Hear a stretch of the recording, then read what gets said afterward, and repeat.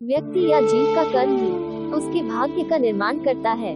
मनुष्य अपने भाग्य का निर्माण स्वयं कर सकता है, आवश्यकता है उसे कर्म करने की।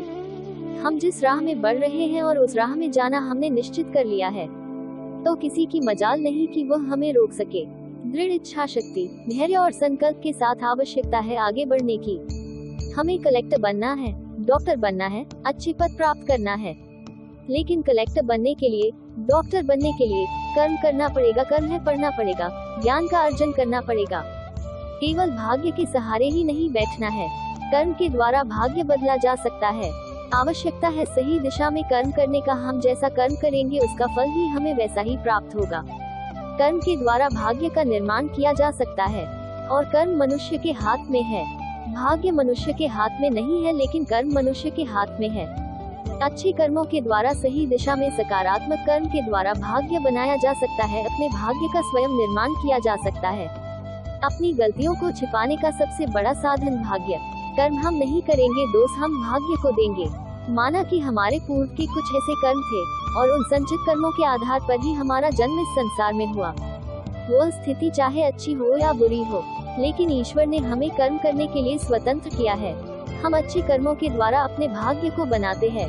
हम अपने कर्म के द्वारा अपनी स्थितियों और परिस्थितियों को अनुकूल बना सकते हैं, उनको अच्छा कर सकते हैं। और कर्म करने के लिए हम स्वतंत्र हैं, इसमें भाग्य कहीं आड़ नहीं आता है।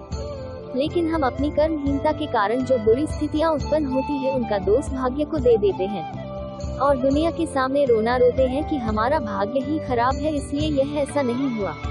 जबकि हम यह नहीं कहते, हम यह नहीं सोचते कि हमने ऐसा कर्म नहीं किया है जिससे हमारी परिस्थितियां वर्तमान में विपरीत हो गई है। यदि हम चाहते तो अच्छे कर्म करके, उस दिशा में सकारात्मक प्रयास करके हम अपना भाग्य बदल सकते थे। भाग्य जीवन में बहुत अधिक महत्व रखता है। अक्सर हम ये देखते हैं कि बहुत से लोग काफी प्रयास करने के बाद भी सफल नहीं होते हैं। एक मजदूर जो सारा दिन मेहनत करता है, लेकिन इसके बाद भी उसको 2 टाइम की रोटी अच्छी तरह से नसीब नहीं होती, जबकि वह बहुत ही कर्म करता है, उसे दुनिया का सबसे धनी व्यक्ति होना चाहिए। एक पुजारी मंदिर में सारा दिन पूजा पाठ करता है, अच्छे कर्म करता है, तो उसे तो दुनिया का सबसे अमीर व्यक्ति होना चाहिए। परंतु ऐसा नहीं होता, क्योंकि वह पूर्ण रूप से भाग्य के वशीभूत होकर बैठा रहता है। वह यह नहीं सोचता कि मात्र भाग्य से ही सब कुछ नहीं होता, कर्म भी करना चाहिए। कर्म से भाग्य को बदला जा सकता है। भाग्य एक वह ताला है जिसकी एक कुंजी परमात्मा के हाथ में है और दूसरी कुंजी कर्म के हाथ में है।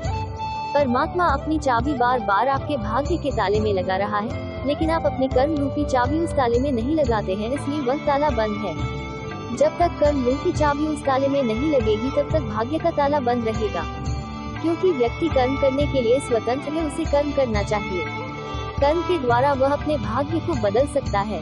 वह अपने संचित किए गए कर्मों के आधार पर जो भी फल भोग रहा है, वर्तमान में कर्म करके उन कर्म बंधनों से मुक्ति को प्राप्त कर सकता है।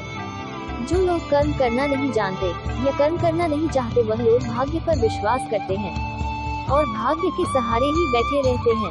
क्योंकि गीता में भगवान श्री कृष्ण ने कहा है कि भाग्य उनका ही साथ देता है जो कर्म करते हैं। कर्महीन व्यक्ति का भाग्य साथ नहीं देता।